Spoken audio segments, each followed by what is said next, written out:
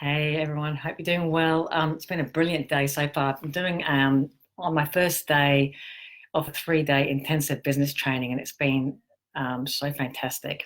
But anyway, I thought I might hop on really quickly for that Q&A, and I had some three great questions. I'm going to just go through them in order. And Gloria, first question to us was, you talk a lot about having goals. Why is it so important? I'm just reading it here. Why is it so important? And what if you don't truly know what it is that you want? And I thought that was a great question, because a lot of people do say that they don't know what they want and they don't have clearly defined goals. So what's the big deal? And here's the reality of it. There's two things. First of all, as human beings, we all need a purpose and we all need a goal. And what happens with us if we don't have goals to drive us, by law, you're either disintegrating or you're growing. Okay, and we need things to keep us on track. I love this quote from Robert Heinlein. I'm just going to read this out. Okay, in the absence of clearly defined goals, we become strangely loyal to performing daily trivia until ultimately we become enslaved by it. So here's what happens: you don't have a goal, okay, and then what we do is we create these habits because I think 96 to 98%, not I think, I know that 96 to 98% of our behavior is very habitual. So if we don't have a clearly defined goals, what we do is we start doing the same thing day in, day out, day in, day out, day in, day out, without even knowing why. I mean, you even go into organizations and ask them why they're doing the things that they're doing, that maybe they've been even doing it for the last 10 years. And most people will say to you, because we've always actually done it this way, right? So we wake up in the morning with the same thoughts. We walk through life with the same thoughts, doing the same things, but never once questioning as to why we do it and where's it going to take us. And then we wonder why we're not happy, or we wonder why life is not as fulfilling, or we wonder why we've got frustrations. So a clearly defined goal will give you that purpose. Now, if you don't know what it is that you currently want, that's okay. There's not a big deal. I mean, we've conditioned ourselves to the point where it's hard to start thinking about what it is that we want sometimes. So I just say, just spend some time with you. Be good to yourself. Be kind to yourself, right? Spend some time with you and only you. You know that Henry Ford used to spend 20 minutes a day alone thinking. That's all he did. We just don't allow ourselves time to think about what it is that we want. We're constantly on the go, constantly creating all these habits because we don't know what it is that we want. And then we think that we don't have time to do things. I say, forge out 20 minutes a day. Let's just all do a Henry Ford and ask yourself, what is the true purpose of my soul? That's one question that you have to ask yourself. What do I really love doing? Okay, and then just allow the thought to come to you. Allow the feelings to come to you. You ask yourself that question day in, day out for a number of days. You'll sort of get different answers on the first few days. But all that will happen is that you'll start to have clarity. Don't be hard on yourself. Then ask yourself, and if even that's hard, you say to yourself, what do I actually enjoy doing? That's all you need to do. Just say, what do I enjoy doing? What brings me joy? Okay, and allow those feelings to help you with the goal. I hope that makes sense, Gloria. And, we'll talk a lot more about goals and the importance of it, but it really is, because we need to all be doing things that we love to do, not things we think other people want us to do, not things that we think that we have to do only. I mean, where's the joy in that? You do things that you love doing, and all of a sudden it's not work. All of a sudden you start growing. Now, Chris had sort of a question that links onto this goal, because when you choose a goal also, make sure that it's a goal that's worthy of you. It's one that's really worthy of you. And by definition, what you want to do is make sure that that goal, you actually don't know how to do it. Because if you want to promote creativity and innovation, and here's a really good tip, even if you're leading teams. If you want to promote creativity and innovation within your workspace, if you want to promote creativity and innovation within your life, choose something that you've got no idea how to do. Choose something that excites you, then choose something that is a little bit scary. It doesn't have to be too scary, but you don't know how to do it. Hey guys, how are you? So once you choose what it is that you want to do and you don't really know how to do it, then you go into that point, well, okay, I know what it is that I want. It really drives me. The feelings are there. This is what I want to do. I have no idea how to do it. And the second you decide that you're going to do it, you'll get a little bit scared. That's a good sign, by the way. That's a really good sign.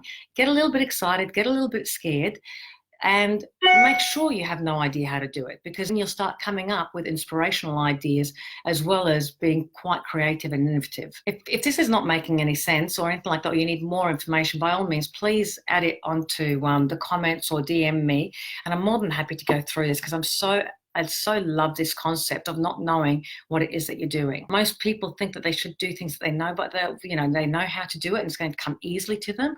But I say do the complete opposite of that, because what creativity, how are you going to grow from that? What creativity are you going to bring to your life? How are you going to be innovative with yourself or with your team if you know how to do it? Okay.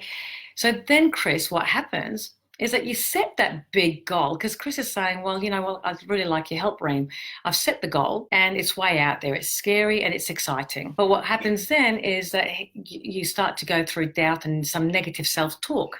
What's the best way of dealing with it? And thank you so much for that, Chris, because everyone will go through that. Once you make a committed decision that you're going to actually go after that goal, once you make the committed decision that it's quite, this is something that you really want to follow, what will happen is you will get scared.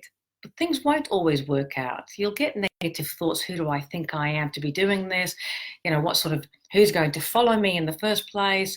Why do I think I can do it? A whole host of things will come to play. And especially if you do one thing that doesn't work, then you go, well, I knew it wasn't going to work. Right? But I say, number one, again, be very gentle on yourself. There's two things. You shouldn't know how to do it. Number one, Chris, you shouldn't. Okay? And you should learn to accept failure. And when I say failure, I mean the first time you do something is never ever going to be as good as the 10th time, the 20th time, the 100th time.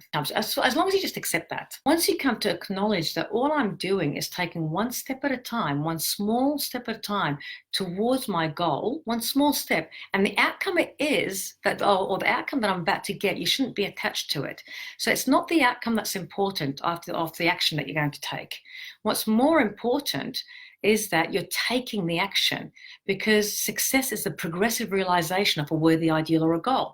So if you're taking an action each day towards it, well, then guess what? You should be happy with yourself. Now, we're all human, so we're going to get negative self-talk from time to time. It's how do you manage it the most? It's not that you can wipe negative self-talk, but it's how do you manage it to really get yourself back on track? And I say, be again very gentle and treat those thoughts with gratitude. You say, thank you very much for coming into my mind. So you don't say things, Chris, like, what's wrong with you? I knew you couldn't do it. You never get it right. Everyone else will get it right, but you can't. Go back to what it is. You hear yourself saying things like that. Go back to, what you actually know. What you really want to do is just acknowledge it. Yes, it's scary. You just acknowledge it, okay, because it's brand new. But the self-talk is just changing it. I have to apologize. Obviously, my daughter is texting and she uses the same Wi-Fi as me. Oh my goodness, they're going hard on it. But anyway, I'm going to ignore it now, all those pings. What we do is we say to ourselves, it's okay. I made a mistake or I didn't do it as well, but what I did do is learn from it. So be very, very gentle on yourself. Now, for me, whenever I do something that I've never done before, it doesn't matter. I'm never ever attached to the outcome. It doesn't matter how well I do or how well I didn't do. I mean, as you can see right now, I just had 3-4 pings of someone texting and noises, and I'm not a fae yet with lives. And one of two things can happen. Either I can just freak out completely, or I can say it's okay. It's all right. This is the progressive realization of a worthy goal or an ideal. And well done, Reem. I just pat myself on the back. You did it. This is great. What's more important is that you did it. Now, Chris, here's the best thing that you can do and understand, and always a self-talk. Say to yourself this: today I did one more thing that got me towards my goal. Let's just say no one turns up. Let's just say nothing really happens. Let's just say you totally stuff it up. It's not what happens in the end that's important. It's the fact that you did it that's more important, and you learned from it. And then you take the next step. Now, I learned this. How did I learn this? It's just by looking at, I worked in the pharmaceutical industry for 22 years. And I look at how research and development happens and how all these cures come to be. So let's just choose, for example, polio. Now, at one stage, it was in the developed countries, polio is a massive issue. When you have our researchers from, pharmaceutical companies wanting to come with the cure for polio, right? And they start doing their research. They try one thing. The first time they try it, obviously they don't get the right result. They go, good. Now we know that didn't work. Most people from this side of the world will say, oh, didn't work. I knew it wouldn't work. I'm not going to do it. So most people stop before they even start. It's not that they fail because they started. It's just that they stop before they even started. Whereas a researcher or an inventor or a scientist will go, good, it didn't work. Now I know that I can try something else. So it's like a process of elimination.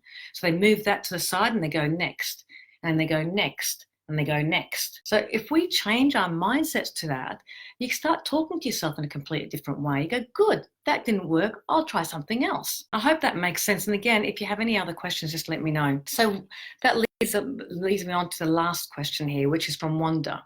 She said, I'm focusing on staying in the downstream flow to be open to new opportunities in all parts of my life. Any advice on how to stay in that flow and avoid listening to our little voice inside? So I was just reading that on my mobile, that little voice inside. And that goes back to Chris's point, the little voice.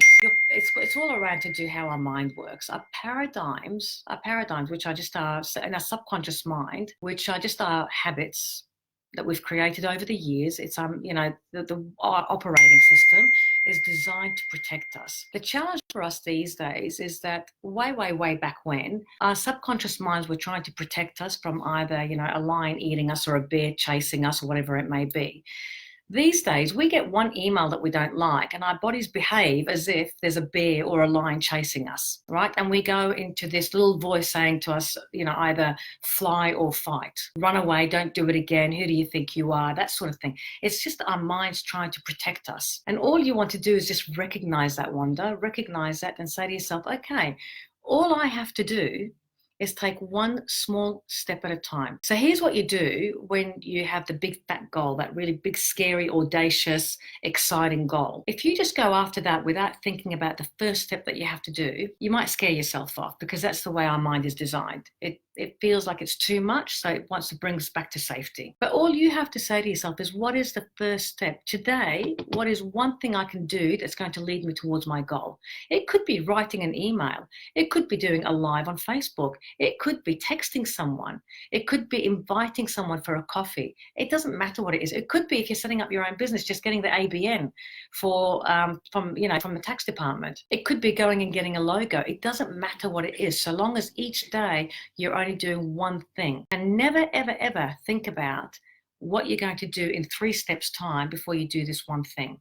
That's the key to it. You want laser-like focus here. Constantly have laser-like focus that I'm only going to do the one thing that's going to lead me towards my goal and not worry about B, C, D, E, F. I'm only doing A today. Once you go through A, Wanda, then you go to B. Now, I hope that makes sense. And again, Wanda, if you need anything else, just let me know. And for anyone else that was on this, if you want me to answer any questions, by all means, just put it in the text box or DM me. And I'm more than happy I'd love to, actually, not more than happy. I'd be very, very happy to get back onto live and do this sort of thing more and more and more. Anyway, thank you so much for joining me today. Have a wonderful evening, and I'll see you again soon. Bye.